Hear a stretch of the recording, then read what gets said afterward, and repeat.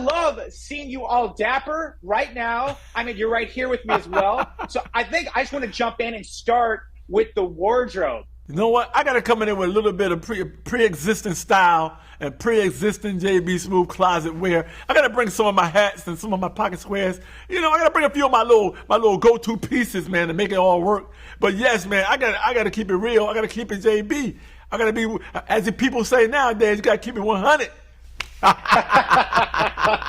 Well, dude, man, you look, I've seen some episodes, you look great. I mean, honestly, I want to tune in for the show and to see all the little gadgets and everything. Yeah. But another big piece is this, I'm like, wait, what's JB going to wear today?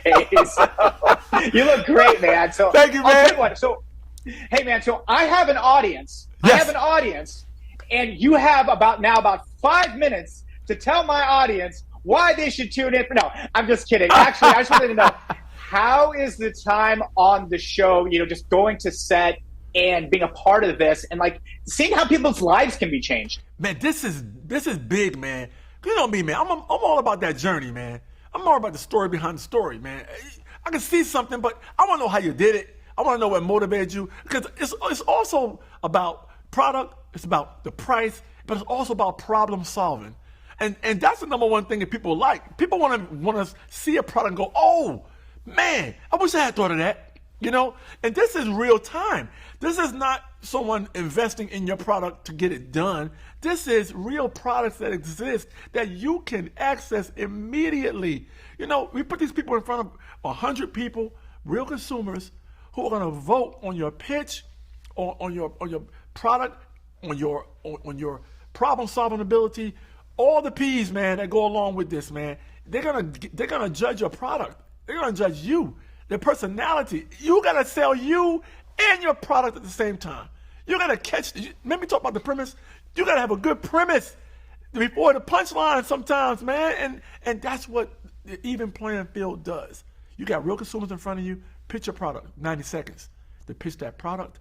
You get 10 and over of those green lights, man. You move on to the panel of amazing entrepreneurs who have done it, who show you that it's possible. You got Jimmy Siminoff over there. You got Tabitha Brown over there. You got Anthony Anderson over there. You got Tony Hawk. You got Kristen Soriano. You got Gwyneth Paltrow, who is having an amazing run with her products.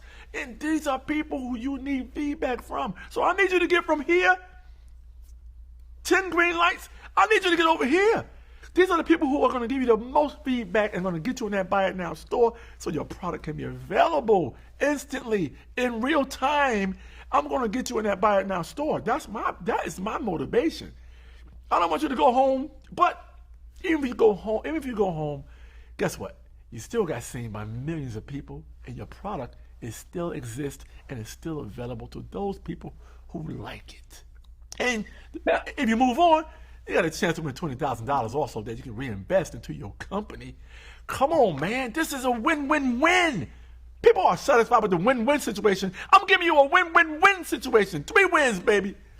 Well, I mean, the whole thing too is they're going to have a lot of fun hanging out with you. So I was just wondering, how was the prep for you when you first got there? Because man, I know that you know improv, I know that you know comedy, I know that you know scripted and everything else too. But going on a set like that, I mean, I imagine there's some teleprompter that you have to look at just to make sure that you always get the lingo right to say, to talk about the 10 lights and all that and get past this and that. But then there's times where you're just hanging out with the people and then you have to sit there and try to banter and make camaraderie with them as best as you can. If you can see the stuff that hit the edit room floor, you would lose your marbles. I'm telling you, they don't have enough time for my motor mouth, man. When I tell you, I would have those people in that audience cracking up because what they did was with this set was, you see the beautiful set in the background, they created a playground.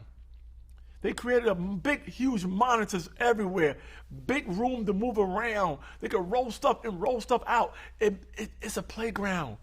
It's a playground that's built for somebody like me, because someone who loves to be on a stage.